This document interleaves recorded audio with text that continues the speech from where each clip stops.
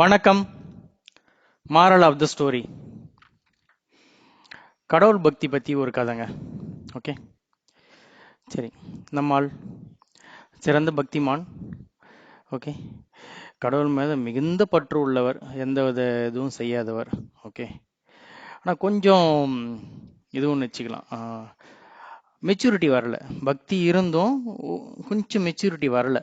அந்த மெச்சூரிட்டி தான் இப்போ நம்ம பார்க்க போகிறோம்.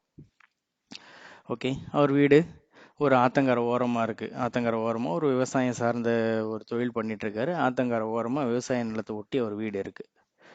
ஓகே, திடீர்னு இந்த அந்த வருஷ சீசனில் பெரிய மழை பெஞ்சு ஆற்றுல எக்கச்சக்கமான வெள்ளம் வந்துடுச்சு. ஓகே, ஸோ ஆற்றுல வெள்ளம் கரை புரண்டு ஓடுறதுனால இவர் வீடெல்லாம் முழுக ஆரம்பிக்குது. வெள்ளம் அதிகமாக வீடு முழுக ஆரம்பிக்குது. இவர் அப்போ தனியாக இருக்கிறாரு. வீட்டில் ஃபேமிலி மெம்பர்ஸ் யாரும் இல்லை.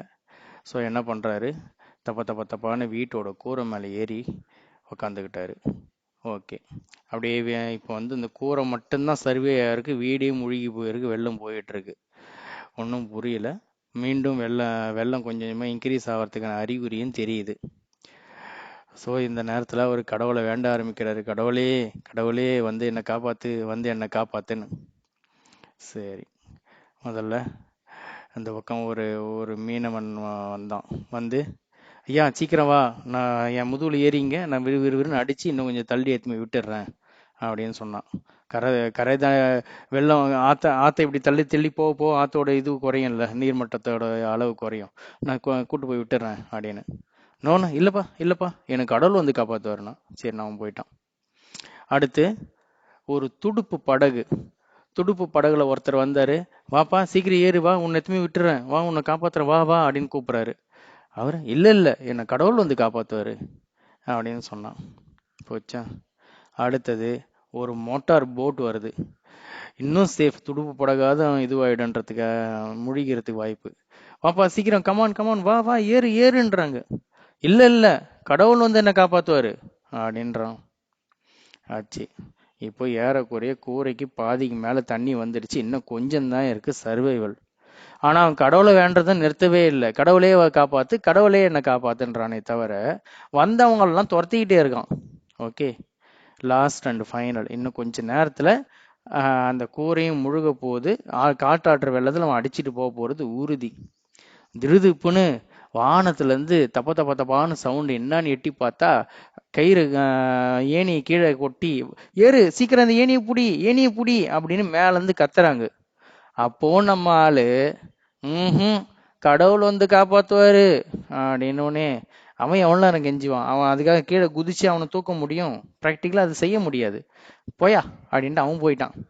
அடுத்த நிமிஷம் காற்றாற்று வெள்ளம் வந்தது. வெள்ளம் அடிச்சுட்டு போய் நேராக ஒரு பாறையில் சட்டால்னு மோடி பையன் நம்ம ஆள் மண்டை செதறி உயிர் போயிடுறாரு. ஓகே, வழக்கம் போல் அவர் நல்லவர் தானே, நேராக சொர்க்கம்தான். சொர்க்கத்துக்கு போகிறாரு. சொர்க்கத்துக்கு போயிட்டு அங்கேருந்து கடவுளை பார்க்கணுன்னு ஆசைப்பட்டு கடவுளை தேடி போகிறாரு.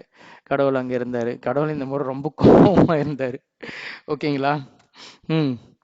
நேரா இவன் போய், கடவுளே உன்னை எவ்வளோ நேரம் நான் கும்பிட்டேன், இதுவரையும் நான் கும்புறதுல ஏதாவது குறை வச்சிருக்கேனா?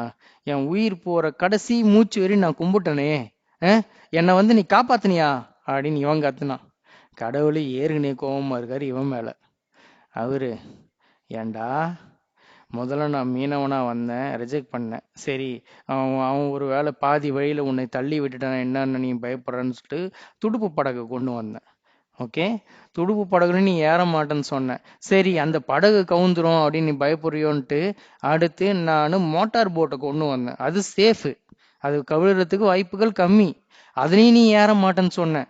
சரி, உன்னை அலைக்கா அப்படியே வானத்திலே தூக்கிட்டு போய் உன்னை காப்பாற்றணும்னு சொல்லிட்டு நான் ஹெலிகாப்டர் இறக்குனா அதையும் நீ வேணாம் அப்படின்னா என்னடா நக்குலடா உனக்கு அப்படின்னாரு கடவுள். கடவுள் லோக்கல் லாங்குவேஜ் பேசினாருங்க, ஞாபகம் இருக்கட்டும். நம்ம என்ன கற்பனை பண்ணுறோமோ அந்த மாதிரி வந்துடுவார் கடவுள். ஓகே, சரி, இதுதான். இப்போ மாறலுக்கு வருவோங்க. என்னங்களா, ஆக்சுவலி இப்போ இங்கே நாத்திகம் ஜெயிக்கிறதுக்கும் கடவுள் பக்தி தோக்கறதுக்கு, கடவுள் பக்தி நிறைய விஷயத்துக்கு ஃபெட் அப் ஆகிறதுக்கான காரணமே இதுதாங்க. அந்த மனுஷன் மாதிரி தான் அவங்க திங்க் பண்ணுறாங்க. ஓகே, ரொம்ப வெகு சாதாரண நபர் மூலமா கடவுள் நமக்கு ஏதோ ஒரு விஷயத்த உதவுவாரு, ஏதோ ஒரு விஷயத்த தடுப்பாரு, ஏதோ ஒரு விஷயத்த கற்றுக் கொடுப்பாரு.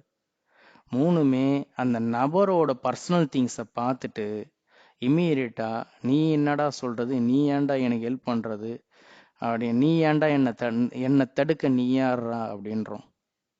இத புரிதல் வர ஆரம்பிச்சாலே சரியாயிடுங்க. பக்தி மிகுந்த உள்ளவங்களுக்கு இந்த விஷயம் புரியும், மற்றவங்களுக்கு இது கிண்டலா தான் இருக்கும். மீண்டும் விவாதிப்போம்.